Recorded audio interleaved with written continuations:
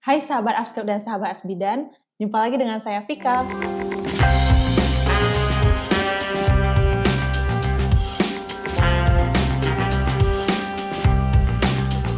Pada video kali ini kita akan membahas putar tentang soal-soal yang sering keluar pada saat UKOM kebidanan.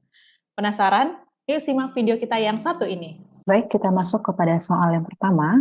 Seorang perempuan berumur 30 tahun, G2P1A0, hamil 34 minggu, datang ke PMB dengan keluhan nafasnya menjadi lebih pendek dari biasanya. Hasil anamnesis, keluhan terutama dirasakan pada posisi berbaring, tidak ada riwayat asma. Hasil pemeriksaan tekanan darah 120/80, nadi 84 kali per menit, pernapasan 25 kali per menit, suhu 37,2 derajat Celcius, dan berat badan 68 kg. Pertanyaannya adalah, apakah penyebab dari keluhan yang ibu rasakan? A. Gangguan pada organ pernapasan. B. Peningkatan kebutuhan oksigen. C. Kapasitas vital paru meningkat. D. Peningkatan berat badan. Dan E. Uterus menekan diafragma. Baiklah, sahabat Asbidan semuanya, untuk soal kita yang pertama ini, jawaban yang paling tepat adalah E. Uterus menekan diafragma. Nah, alasannya adalah kita harus lihat pertama data fokus. Data fokusnya di sini adalah usia kehamilannya sudah masuk 34 minggu, artinya ini sudah masuk kepada trimester ketiga. Dan keluhannya adalah nafasnya menjadi lebih pendek dari biasanya, dan terutama pada saat posisi berbaring.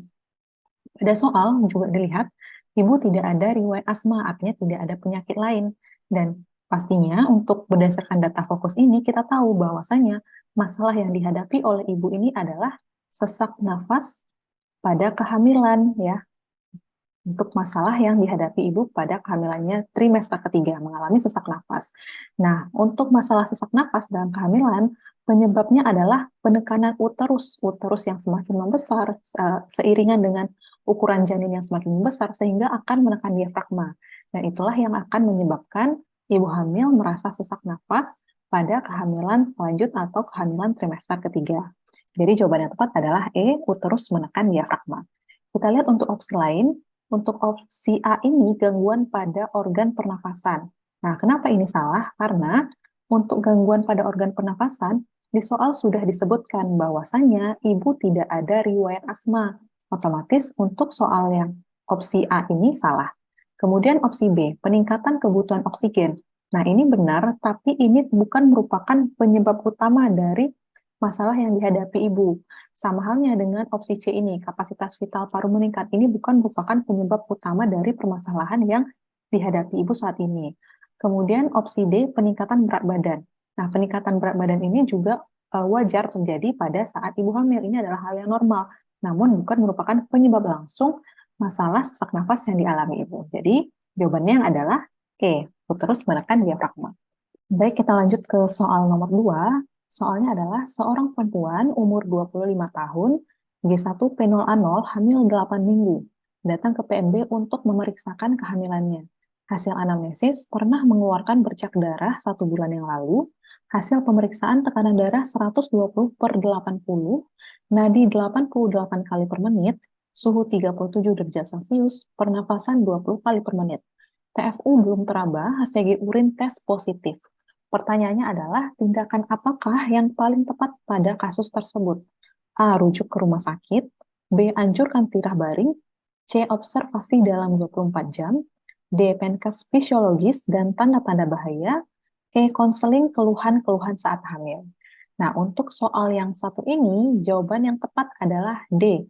Penkes fisiologis dan tanda-tanda bahaya. Kenapa jawabannya D?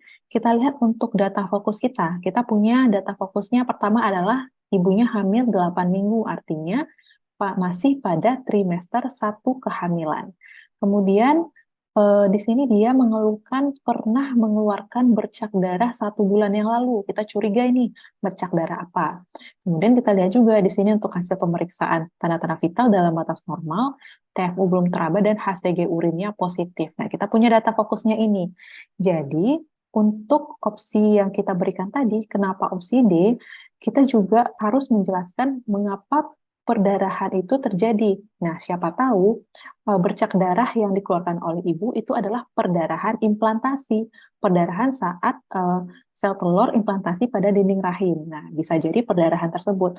Nah, kita juga perlu beritahukan bahwasanya perdarahan pada awal kehamilan juga sebagai tanda bahaya. Jadi, ibunya juga harus dijelaskan Penkes tentang fisiologis dalam kehamilan dan sekaligus tentang tanda-tanda bahaya yang harus ibu kenali dan harus secepatnya untuk diberitahukan dan dibawa ke tenaga kesehatan. Nah, seperti itu. Jadi jawaban yang tepat adalah D. Nah, kenapa bukan A, rujuk ke rumah sakit? Untuk opsi rujuk rumah sakit ini belum tepat ya, karena ini sudah terlalu jauh. Di sini kita belum ada melihat tanda-tanda bahaya dari ibu. Hanya saja bercak darah. Bisa jadi bercak darah ini adalah bercak dari implantasi tadi. Kemudian anjurkan tirah baring. Kita lihat pada soal untuk anjurkan tirah baring ini tidak tepat karena untuk tanda-tanda vital ibu masih dalam batas normal. Ibu tidak ada mengalami keluhan pusing dan sebagainya. Kemudian observasi dalam 24 jam juga kurang tepat karena kita tidak perlu ada yang kita observasi. Kemudian konseling keluhan-keluhan saat hamil ini kurang tepat. Tidak ada memberikan konseling keluhan, melainkan konseling tentang fisiologis saat kehamilan. Jadi soal nomor 2 ini jawabannya adalah D. Baik, kita lanjut ke soal nomor 3. Seorang perempuan umur 24 tahun, G5P3A1, hamil 39 minggu, datang ke bidan, mengeluh perut terasa nyeri, keluhan keringat dingin, dan gelisah. Setelah dilakukan pemeriksaan oleh bidan, didapatkan hasil perut teraba keras, denyut nadi, dan pernapasan meningkat, serta teraba lekukan melintang pada segmen bawah rahim setinggi pusat. Apakah diagnosis sesuai kasus di atas? A. Inversio uteri, B. Placenta previa, C. Inersia uteri, D. Solusio placenta, dan E. Ruptur uteri. Nah, untuk soal kita yang satu ini, jawaban yang tepat adalah E. Ruptur uteri. Kenapa? Kita lihat data fokusnya di sini. Yang pertama, dia sudah G5, ya, artinya kehamilan yang kelima. Kemudian hamil 39 minggu, sudah masuk pada trimester ketiga, sudah mau melahirkan, dan perut terasa nyeri. Kemudian, paling khasnya di sini adalah perut teraba keras dan teraba lakukan melintang pada segmen bawah rahim setinggi pusat. Kalau sudah dicirikan sebagai berikut, teraba lakukan melintang, itu sudah pasti adalah ruptur uteri. Karena bisa jadi ruptur uteri ini artinya adanya robekan yang terjadi pada dinding rahim. Bisa jadi disebabkan karena kontraksi yang terlalu kuat atau sudah kehamilan yang multiparitas, sudah kehamilan beresiko. Nah, di sini kita lihat ibunya sudah 5 kali kehamilannya, artinya sudah beresiko untuk terjadinya robekan pada dinding rahim atau dinding uterus. Jadi untuk soal kita yang satu ini jawabannya adalah E, ruptur uteri.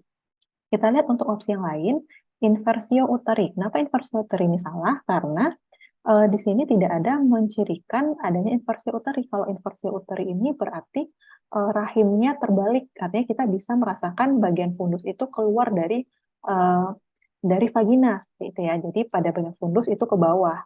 Kemudian kalau placenta previa dan solusio placenta ini adanya perdarahan. Kalau di soal tidak ada menyatakan tentang kasus perdarahan. Kalau inersia uteri ini berkaitan dengan kontraksi. Oke, jadi jawaban yang tepat adalah E, ruptur uteri. Oke, kita masuk ke soal nomor 4. Seorang perempuan berusia 21 tahun, G1P0A0, hamil 30 minggu, datang ke rumah sakit mengeluh nyeri perut dan mengeluarkan darah dari kemaluan, berwarna kehitaman sejak 1 jam yang lalu. Hasil pemeriksaan, uterus teraba tegang dan bagian janin sulit diraba. DJJ frekuensi irregular. Pertanyaannya adalah, apakah diagnosa yang tepat sesuai dengan kasus tersebut? A. Disseminated intravascular coagulation, B. Ruptur uteri, C. Solusio placenta, D. Placenta previa, dan E. Mola hidatidosa. Nah, untuk soal kita yang satu ini, jawaban yang paling tepat adalah C. Solusio placenta.